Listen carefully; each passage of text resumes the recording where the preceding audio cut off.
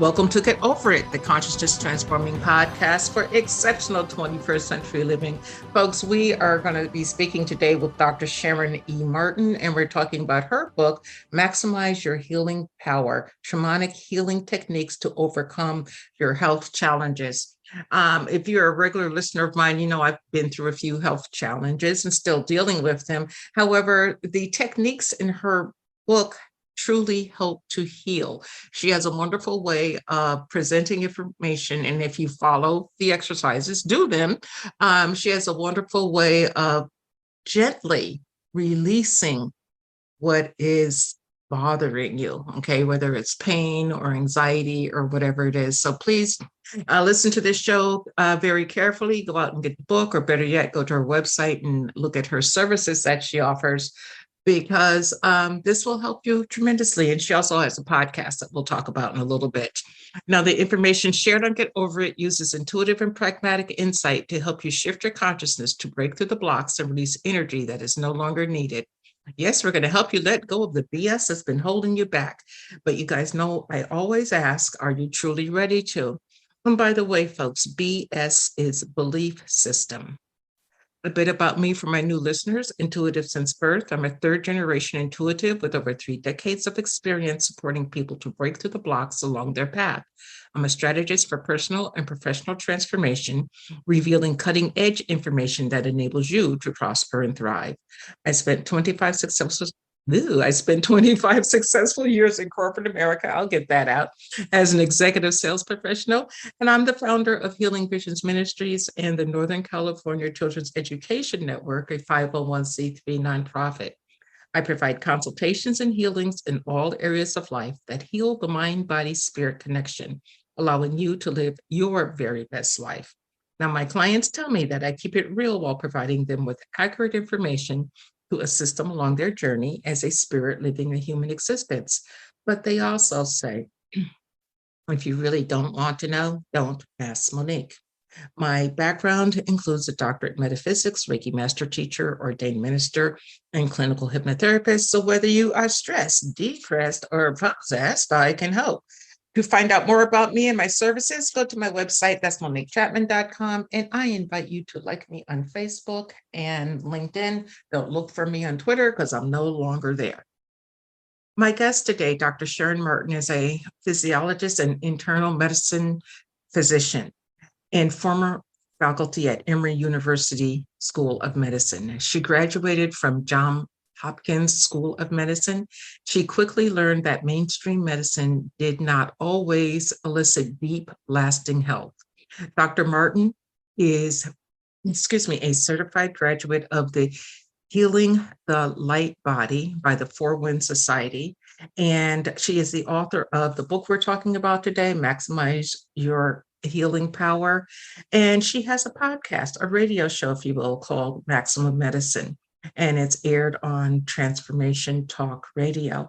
And you can find out more about her by going to her website, and that's drsharonmartin.com. So DRSHARONMARTIN.com. Doc Martin. How about that? That sounded like a lot. Holy moly.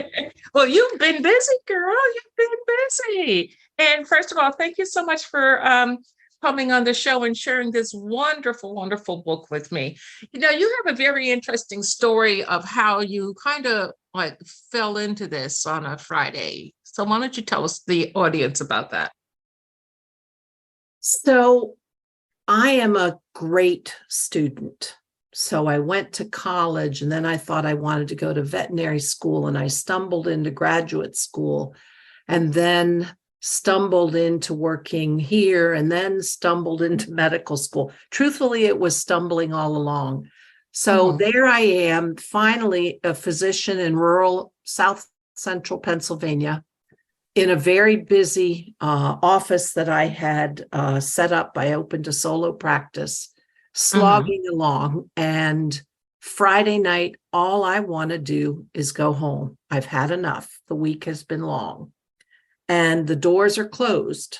But at 5 o'clock, my receptionist comes back and tells me there's a young man in the waiting room who just walked in off the street. And needless to say, my thoughts were not exactly charitable. Holy moly, what am I going to do now? What's going on at this time of night? Turned out it was in the psychiatric realm. So then my brain is, oh no, do I have to involuntarily commit him? If I do, I have to call the state police to cart him off, all of these thoughts. So in comes this young man who really is a doll. I mean, when I reflected on this years later, he was so filled with light. Now, I didn't know anything about light at that time. I wasn't into metaphysical or anything. And he sat down and he told me that he had dreams where he saw things, and that he had dreams about what was going to happen to people, his mother's friends, his neighbors. He would be out on the street in the daytime and he would see things about to happen. And so I'm prodding him because I'm thinking to myself, are you schizophrenic? Are you hallucinating? All these medical things. And I got his girlfriend to come in to confirm that what he was seeing were predictive dreams.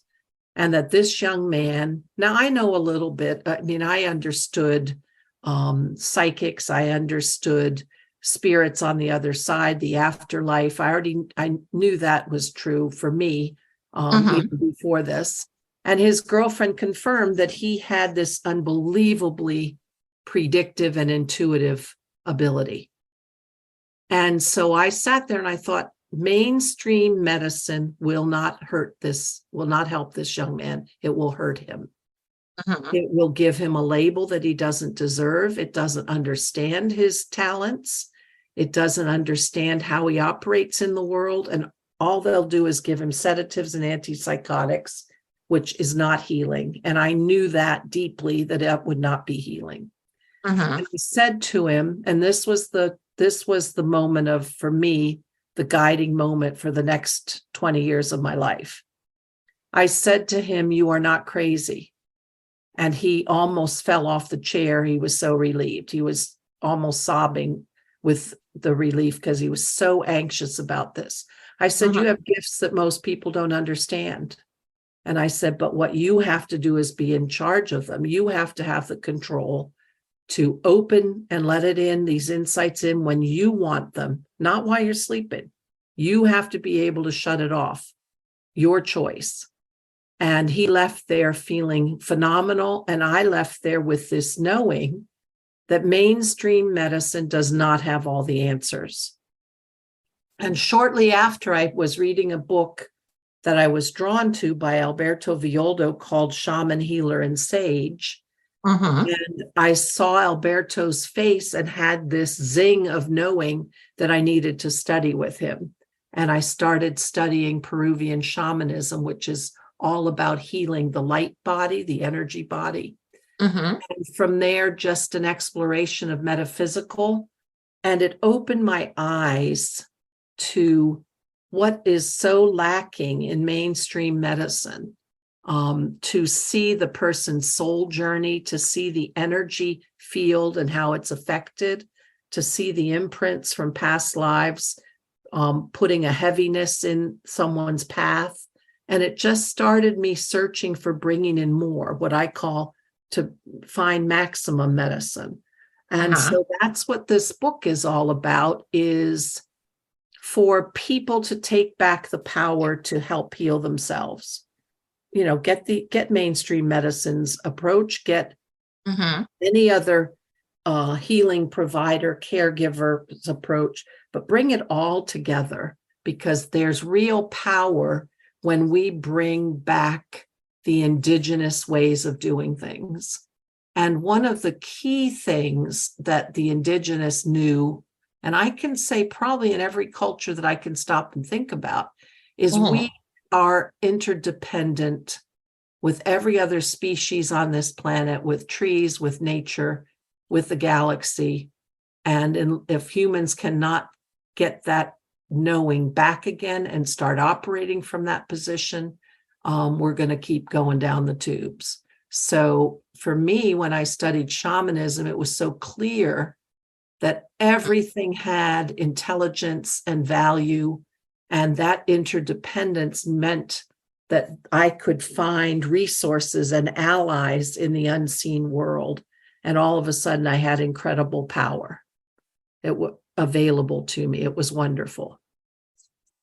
Well, it's interesting that people, they want that type of power that you're talking about, but they don't necessarily know how to go about it, or they go about it in a way that's overpowering, as if they feel they need to overpower someone else in order to have what they are searching for. And it's really quite sad that we're in that state, but hopefully with people tuning in, meditating, perhaps tuning in, working with your guides, that we can switch that energy around. So you went from working with this man to saying that, allopathic medicine is just not enough, and you started the shamanism pathway. How is it that you were so able to make an adjustment like that when the majority that I have spoken to of allopathic doctors, they seem to be stuck just deep in science. They can't move another direction. What is it that you feel that you possessed that could allow you to open up, to expand? So I think there's two things there. The first is, you're right, it took unbelievable courage. It took me probably, I'm going to say 7 or 8 years to even start saying any of this stuff out loud. But the thing that I have found, I have always had metaphysical experiences, but if you go to a psychic and they tell you, having never met you, know your first name, that's all, and they tell you things about yourself, and that's happened over and over and over, then I have always said, since I was a teenager, there is a truth, a universal truth out there that people can tap into. And that gives me a knowing of the unseen world, or a belief in the unseen world. So having that spiritual and metaphysical perspective, I can't not include that, because it is so present for me. And I've trained now to bring it more present. But when you read way back when, the Seth book, when you read about energies, how spirit downloads messages to people, how do psychics know? How do tarot card readers read exactly what fits for you? That's, to me, that's not chance. That's not a bunch of hokum. That is real spiritual truth out there that you can tap into. So for me, it gives me such a richness in life that I don't know why anybody else wouldn't want that. I mean, science is limited in terms of its universal applications. It's brilliant in terms of its microscopic drill down to the genetics, to the chemistry of cancer, but it is missing looking outward. And I think we need to blend that. We need to get that back together, because we need a revolution in mainstream medicine. Yeah, we do. And I think it's coming slowly but surely. Here in the West Coast, I'm a member of the HMO Kaiser, and they're finally recognizing Reiki. So that's Mhm. good. They've recognized acupuncture for a while. So they're slowly but surely dragging their feet and getting there. But in the meantime, folks, it's important for us, and I think this is the key thing that Doc Martin has said, is your power. You have the power to make decisions regarding your health, and it's important that you do so. Um, Doc Martin, why is it so important to express gratitude as we're going through our healing process? Starting out from the first simple, when you start to feel grateful for something, you start to feel good. It softens you and it puts you in a, even if it's just for a moment, in a temporary space where everything is right with the world. When I think about it energetically, it moves you into your heart space. And in your heart space, that is one of the key focal points of your energy field. So when you're in gratitude, you're also, well, if we now look at it from a spiritual point of view, you are also acknowledging that you are interdependent with many other beings in the world. And so you get back in touch with that interconnected web. So that softening, that coming from the heart, that knowing, there's no superiority in gratitude. There's no top-down dynamic. There's no domination. This is a joining, a softening, a heart opening, a connectedness. Those energies in and of themselves then open you. They soften your field. They soften your hard thoughts. And then what happens, in the way I feel about it, is a lot of times that's the space where you can start to hear the whispers of spirit. And then you can start to be guided correctly. Mhm. I agree 100%, but tell us a little bit more about this. You know, the whispers of spirit is great, but you can also hear those whispers from like our ancestors and power animals and ascended masters and such, right? So tell us more Absolutely. about that and how we can possibly connect with, say, an elemental or nature spirit or something. So I love what shamanism taught me, was the connection with the unseen world. And you can do that in any encounter you want to make. So let's say we take nature. I love have a little garden. I love working in it. I love in the spring digging in the soil. And to be there and open up to the energies, even if you don't call them a spirit, there are energies, there are vibratory frequencies floating all around.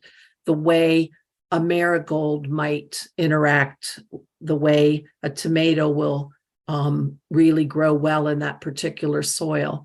When Mhm. you are open to those other frequencies, you are then able to sense messages from them.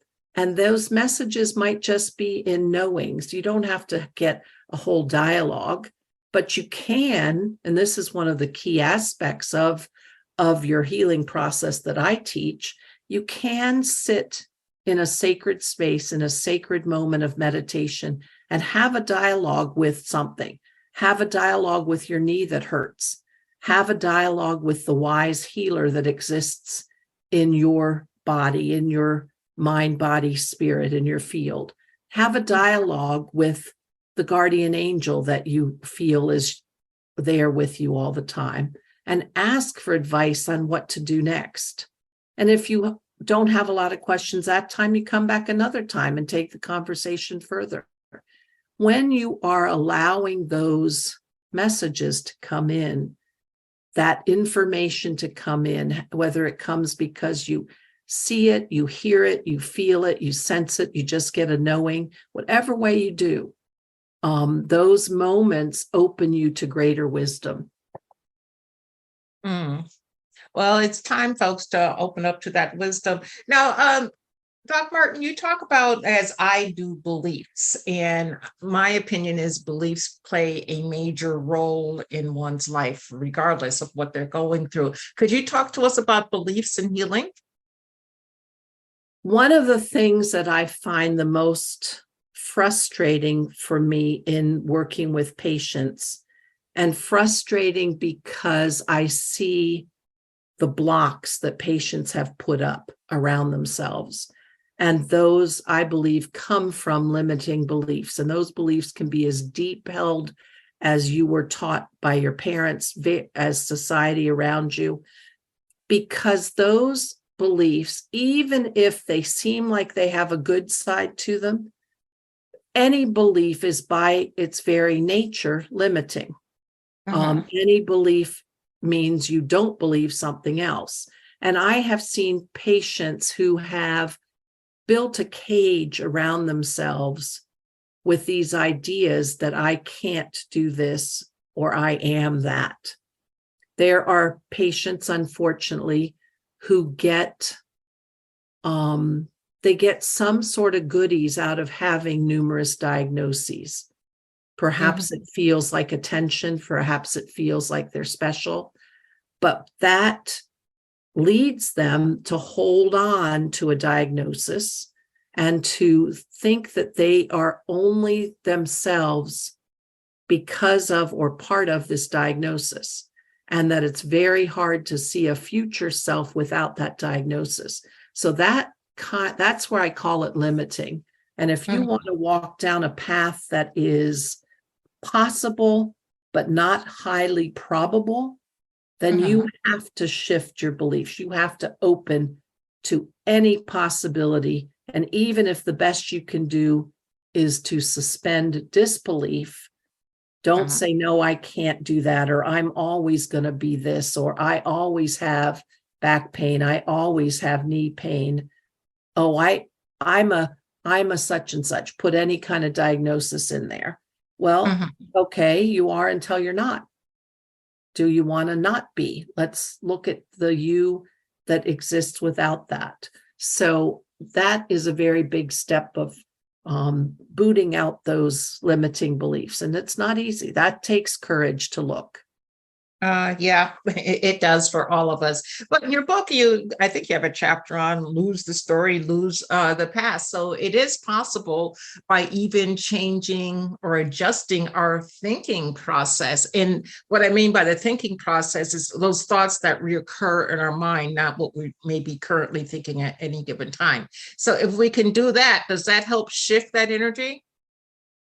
Yes. And if you are really ready to look at how you have defined yourself and be ready to know that that is not the true you. And this is where metaphysical and spiritual practices come in. You know that you are more than your physical body, and put those beliefs aside and then see, that's like opening the door to the bird cage.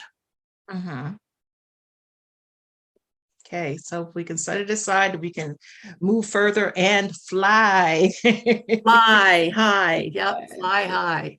Yes, which I absolutely love. Now, and the average person, the people that are listening to this podcast, I feel that they're above average in metaphysics because I don't do the woo-woo stuff, okay? I do serious work, and they follow that. How, if they haven't yet been able to experience, see, feel, or just know about their energy field, how do you suggest they go about that so they can actually believe that it's truly there for them? In my book, I teach some basic exercises of sensing your energy field and visualizing, as the Peruvian shamans taught it to us. There is a tapestry, a multicolored light filament tapestry that is like a gauzy mosquito netting around you. And you can do a visualization and an experiential exercise where you sense that, and you can sense for broken areas, weak areas, and then continue to sense your repairing of them. So that and a couple of other exercises in my book are ways to upgrade your ability to sense it, or to start your ability if you've never sensed it before. Mhm. And folks, you can always fake it till you make it. Okay. Use your imagination, because it's so important to use your imagination to tap into these areas, because it's been forced out of us forever by organized religion, and it's time, if you're open to it, to bringing them back. You teach a few rituals. Tell us about at least one of them for healing.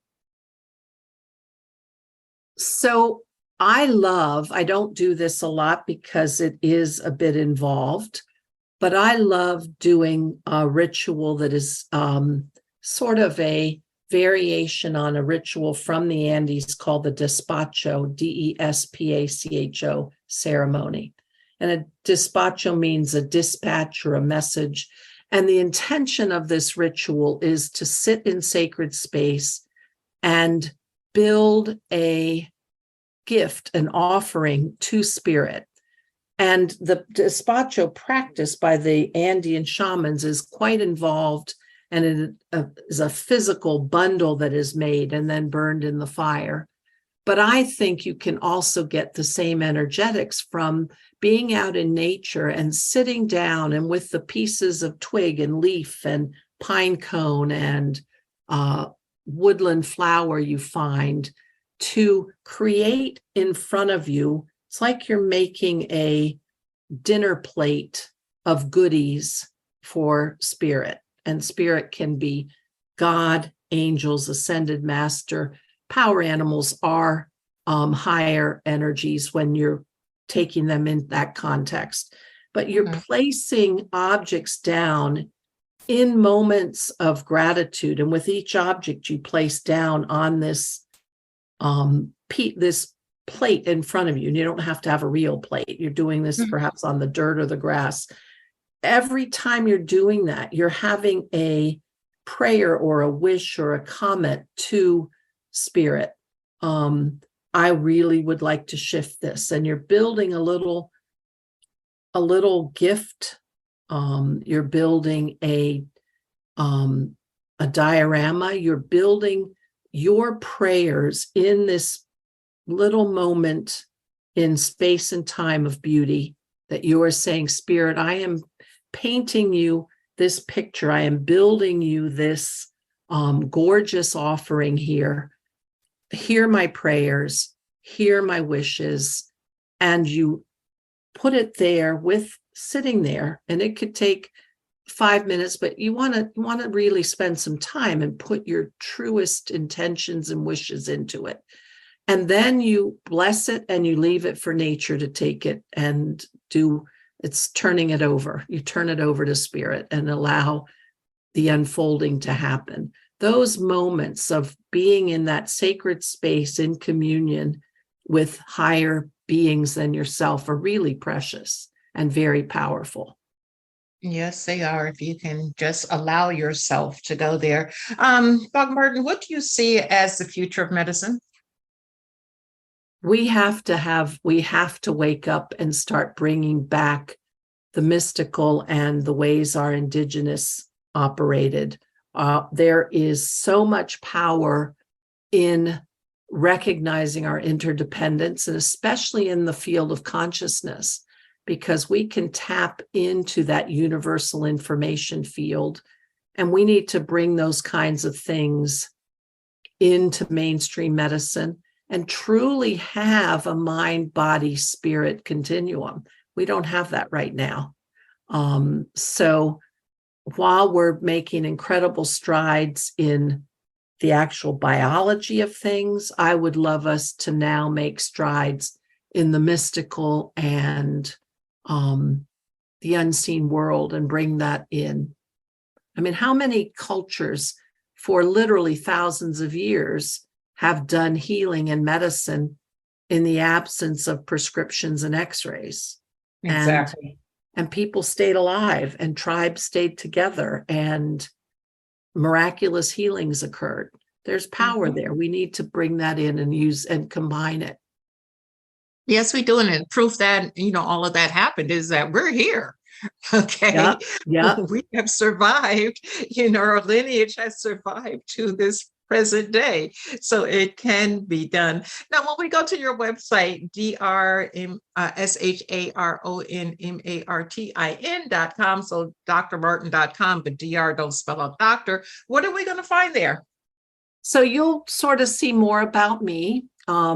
You will see a link to purchasing my book, Maximize Your Healing Power. And on the book, the page about the book, you will find a place that if you buy your book on Amazon, bring the order number back, put it in, and you'll get a link to download all these freebies, which are so cool and so fun. And you'll get to see some of the archived radio shows I've done called Maximum Medicine and Sacred Magic. And anyway, you'll learn about me. Okay. And are you currently working with folks right now? Yes is the long answer. The short answer is right now I'm doing all this book launch and book signings, and so it's going to be a couple of months before I have spaces opened up. But I am getting my website open to have places where hours and times people can schedule. So again, you can email me through my website, and then I can keep everybody posted when the schedule opens up. Okay, great. Now, could you give us a pearl of wisdom? We've had so much wonderful time together today. Can you give us a pearl of wisdom before you go? So what I deeply believe in, and what the purpose of my book and really about my work as a physician and alternative healer is, we as humans have so much power. We need to tap into it. We need to take it back. We need to use it. And when we do, and this is my bigger goal, beyond your personal healing, which I love to have that happen, but when you are healing on a personal level, then you bring your light into the world more strongly. And we need to shift the trajectory that humanity is on right now. And I believe the more people can open up to their deeper, truer, healed nature, the more we get that energy coming in and creative ideas and ability to shift where the world is going. Well, thank you. That is profound. And thank you for sharing that with us. And Dr. Sharon Martin, thank you for being with us today as we collectively get over it and move on with our path. I really appreciate your time and attention today. Thank you, Monique. I loved talking with you. It was nice to be here. I enjoyed you too. And everyone, please remember that the most important choice that you can make is what you choose to make important. Consider making the masterful choice of maximizing your healing power. Abundant blessings, lighten up them all. Bye. Thank you. Bye.